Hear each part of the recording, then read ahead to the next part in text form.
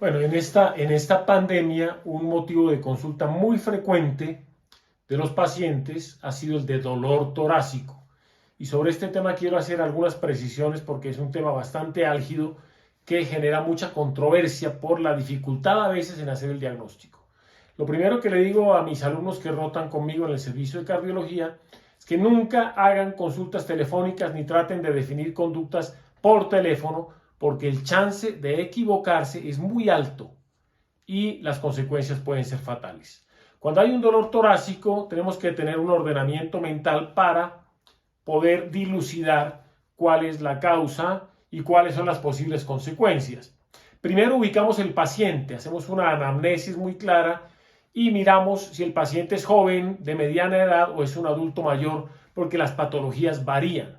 Y evaluamos los factores de riesgo de los pacientes para saber si estamos frente a un paciente que tiene un riesgo mayor que otro. Por ejemplo, si es un paciente hipertenso, si es un paciente diabético, si es un paciente con alteración en sus lípidos, en el colesterol, triglicéridos, si es un paciente fumador, si es un paciente obeso, si es un paciente sedentario, si es un paciente con falla cardíaca o que ha tenido antecedentes cardiovasculares previos como infartos del miocardio o ha estado hospitalizado por causas cardiovasculares o si tiene enfermedad renal crónica. Tenemos que ubicar muy bien nuestro paciente para saber qué tan enérgicos tenemos que ser en el diagnóstico y los tratamientos que hagamos.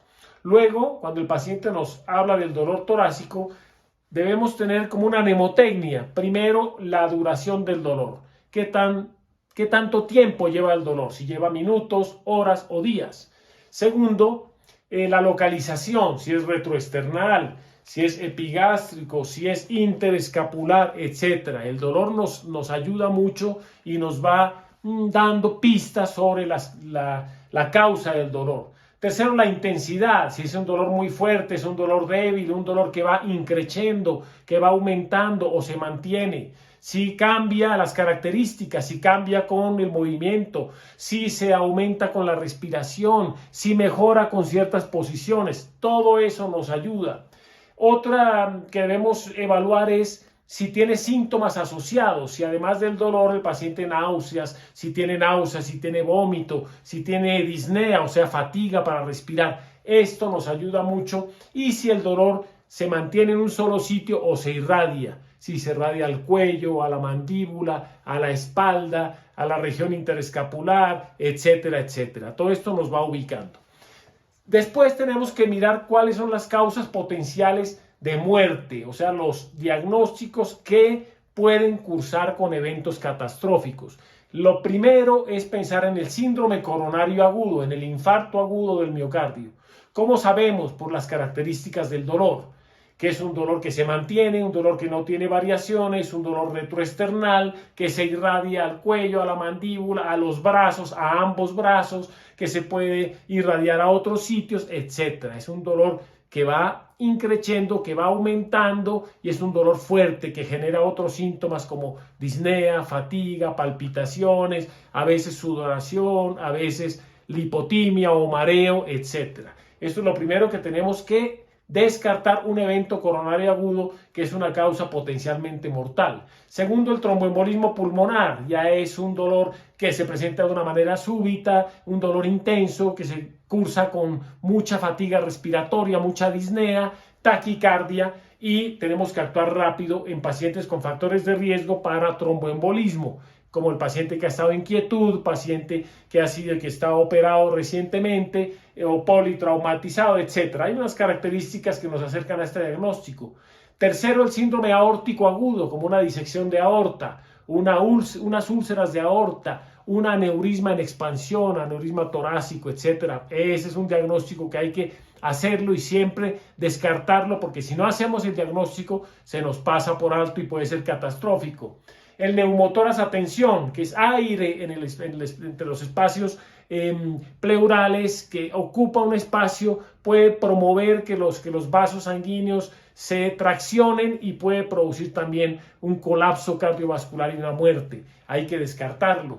También el esofágico, una ruptura del esófago en pacientes que tienen problemas gastrointestinales, que tienen ya antecedentes de reflujo gastroesofágico, que tienen antecedentes de úlcera péptica, de úlcera gástrica, pueden tener una ruptura esofágica en algún momento y puede ser un evento catastrófico. Y el taponamiento cardíaco en pacientes también con factores de riesgo para taponamiento, renales crónicos que tienen derrames pericárdicos, politraumatizados, pacientes con problemas hematológicos, etcétera, pueden tener un taponamiento cardíaco y si no actuamos a tiempo el paciente se nos muere. Entonces, miren lo que les digo a nuestros médicos, tengamos en mente todas las eventualidades que pueden pasar, porque si no pensamos en ellas se nos pasan por alto y la consecuencia puede ser la muerte.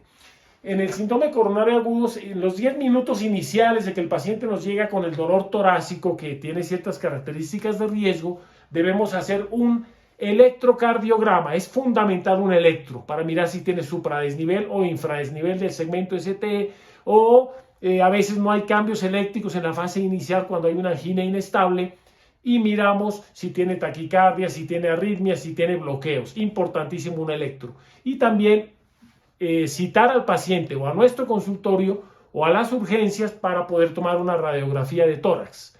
La radiografía nos descarta un neumotórax, un neumomediastino, puede ser un agrandamiento de la silueta cardíaca en un derrame pericárdico, miramos signos de tromboembolismo pulmonar, miramos algunos otros signos radiológicos como una neumonía, etcétera, etcétera, un derrame pleural que nos van acercando al diagnóstico. Importante una radiografía.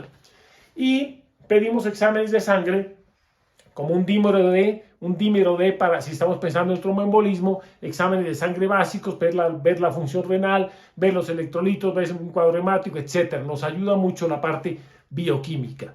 Y luego, ya si estamos frente a un infarto agudo del miocardio, tomamos las medidas del caso, ¿cierto? Si necesitamos trombolizar al paciente, una droga para producir una fibrinolisis para destapar el vaso culpable, etcétera, etcétera. O si disponemos de hemodinamia en las urgencias al sitio donde vayamos, pasar inmediatamente el paciente a un cateterismo y que el hemodinamista destape el vaso o los vasos y colocar los stent.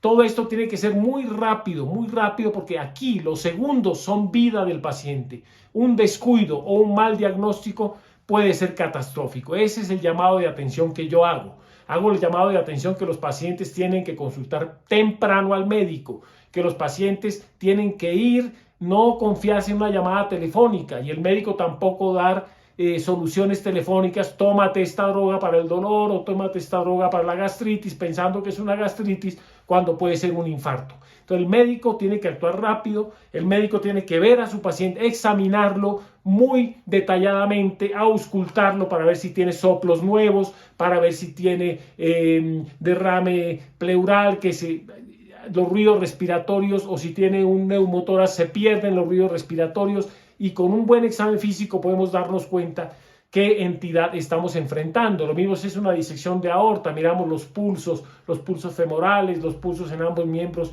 superiores, etcétera, etcétera. Un buen examen físico también nos ayuda mucho y actuar a tiempo. Entonces, este es mi llamado de atención, que frente a un dolor torácico no debemos ni magnimizarlo, ni sobreactuarnos, pero sí actuar a tiempo y tener a nuestro paciente de frente y llevarlo al consultorio o llevarlo rápidamente a unas urgencias. Yo en mi consultorio hago rápidamente un electrocardiograma, utilizo el ecocardiograma para mirar cómo está el corazón, si tiene trastornos de contractilidad que sugieran un infarto, para evaluar la función valvular y para mirar si tiene signos de un tromboembolismo pulmonar. A mí el ecocardiograma me ayuda muchísimo en mi consultorio y con eso yo puedo tener rápidamente una idea de qué le está pasando al paciente y muchas veces si el dolor no reviste características de un infarto agudo del miocardio o es un dolor atípico, le hago una prueba de esfuerzo submáxima en mi consultorio y puedo mirar y descartar muchas patologías y estar tranquilo para saber que mi paciente lo tengo controlado y lo saco de un riesgo inminente de muerte. Es importante, el dolor torácico no hay que subvalorarlo, hay que darle la importancia que tiene, pero tampoco debemos pensar siempre que es un infarto. No, hay que hacer todo lo que estamos diciendo, un buen análisis para dar en el punto clave y no fallar, porque si fallamos en el diagnóstico y no damos el diagnóstico puede ser catastrófico. Lo mismo en el dolor abdominal. Tampoco nunca hacer diagnósticos telefónicos, porque un dolor abdominal puede ser una simple gastritis, una simple gastroenteritis, o puede ser una perforación de una víscera hueca o una peritonitis, etc. Este es el llamado de atención que hago, que me parece importante para todos los médicos y para todos los estudiantes, que seamos siempre muy puntuales y muy académicos en este diagnóstico. Mil gracias y nos vemos en una próxima oportunidad.